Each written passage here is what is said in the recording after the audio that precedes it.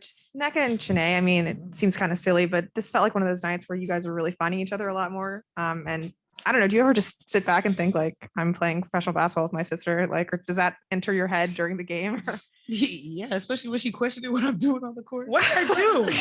You're like, why are you guarding her like that? Oh yeah. Because they just said that they were gonna set a down screen for her, so I was top blocking. Like, who's her? Hines Allen. She started laughing. But like the play was under review and she was like glued to her face. I was like, I was ready. But it's okay. Yeah, we have moments like that, and sometimes it's surreal.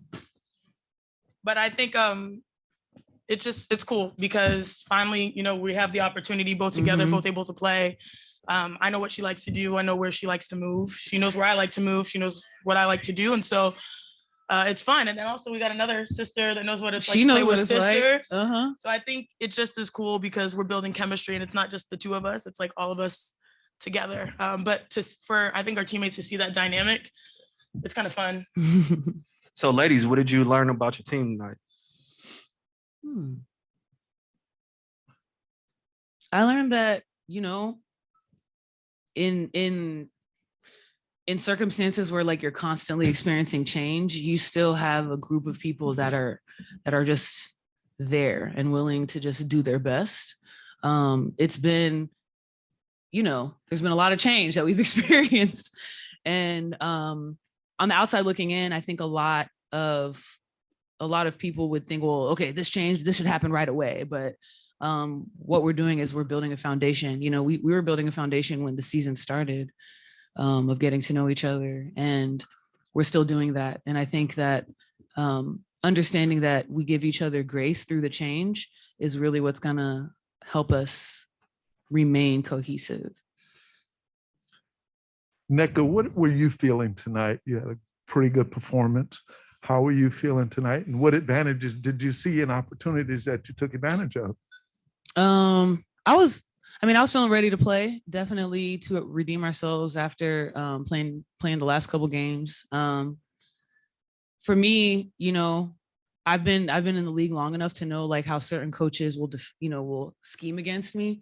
And so I just wanted to establish my confidence with like the pocket pass jumper, because I know that's something that Washington generally wants the opponent to shoot. And I just wanted to make sure that I wasn't second guessing when I was coming off of those little pocket pass jumpers, and then also distributing the ball, making quick decisions. Like Chiney said, understanding that when you're coming out of a pick and roll, there's going to be action that you need to see on the backside. So that's kind of what I try to focus on today. Hey, Chiney, the team's activity level on the glass tonight, you guys out rebounded Washington, and you in particular with a near double-double.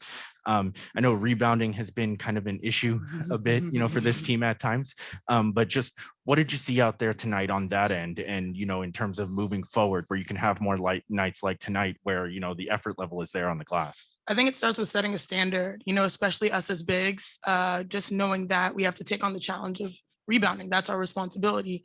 But I think honestly, it just is about, I think our team took a breath. It's been, 2 or so weeks where we really got to practice, and now we're starting to figure out our flow. So when we take good shots, we are in better position to rebound. When we're aggressive defensively, we're in better position to know what our next teammate is doing. And so I think we were conscious of just being aggressive on both ends and having each other's back. And it translates to, being able to end possessions or get extra possessions. So, and then also just like having energy, I think everyone, for a while, we put a lot of pressure on ourselves given our circumstance, but realizing that we can only do this together, and understanding that we're a deep team. I mean, I think Olivia, our rook, did fantastic tonight, bringing energy. And so, just giving each other confidence to be able to play every possession like it's literally our last. This question for Katie Lou. Just what's your thoughts of the starting lineup change? You guys seem like you guys started the game really well, and you guys messed well on the floor. Yeah, I mean, I think we have a group of people who, no matter who's in the lineup, no matter who's called, when their number's called, they're going to be ready to go. And, we've been able to practice and learn how to play with each other. So today we did start off hot, but, every game's a different battle, and each game, we could all change up. And I think no matter what, next person's ready to go. Nneka, I saw you kind of mentoring Olivia at the start of the game and kind of giving her some pointers. And I don't think her stats really equate how great she did tonight. What do you see in her, and what do you think her potential is going forward? Oh, I mean, she's extremely inquisitive, which is really good to be as a rookie. She asks a lot of questions. And one thing I love about her is that she'll join in on anything like a vet is doing. And she wants to learn. You can tell she wants to be in this league. And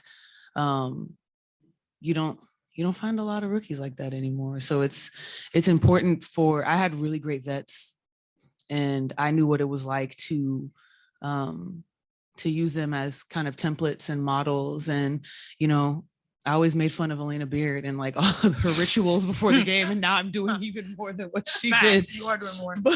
But it's because I watched her, and I asked questions, and I just, I was in an environment where I was nurtured by AB, Ebony Hoffman, Delisha, CP, even at times, and to have a rookie that wants to not only know where she's going, but about the people and where they came from it's what contributes to the longevity of players in this league.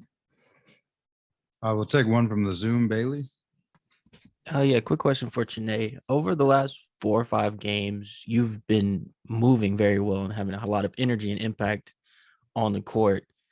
How are you feeling, as you're, returning from injuries over the last couple of seasons, making it through this part of the season and bringing that energy every night and trusting your body some more? Yeah, I had a little party because I think I made it over 7 games, and it was 13 games. I was like, oh yes, I'm making play more games.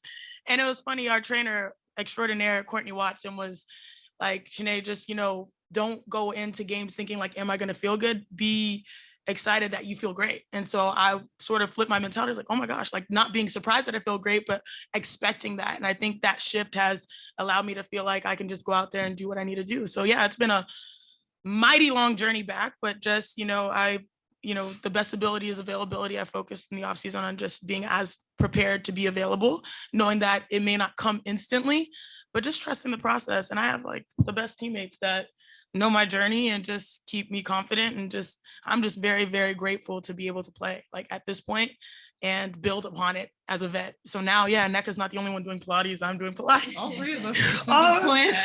Pilates, yoga, at some points you just fully commit to that process, and it's really, I'm excited to be able to play. Anyone else? All right, time for 2 more. I have a question. It's not totally related to the game, but it was about Brittany Griner. And just what is y'all's response to that, and how are you kind of helping raise awareness with her detainment ongoing? I mean, you mean the response to her recent extension? Yeah, the recent extension. That's not what we want, and even so, over the past weekend, her wife Sherelle was calling a line that no one was responding to at the embassy. And we implore upon the White House, Biden administration, Vice President Kamala Harris, to do something, to show action that shows that she is high priority, because that's not what's happening. That's not what we're seeing. Words can only go so far. We have to feel the action. And, every day without BG is just every day of a reality we don't want to be a part of. But we're going to continue to raise awareness and bring attention to the White House and what needs to be done. Are there any players in the NBA who are helping you in leading the effort and bringing BG home? Well, they did a great job of amplifying,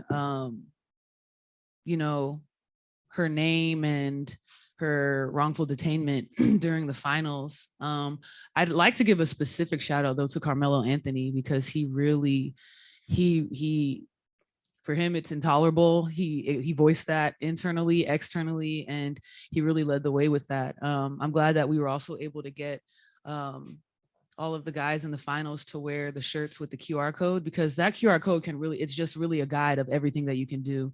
Nothing is too small.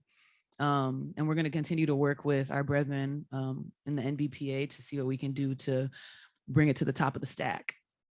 Have any of you played in Russia and have an experience and knowledge firsthand of what it's like there? Yeah, several players have played in Russia. Yeah. And what's, okay. Yeah, what's it like? What's the experience there? I mean, prior to all of this happening? To be honest, like, it's kind of disappointing to me that people don't know what our experience is like over there.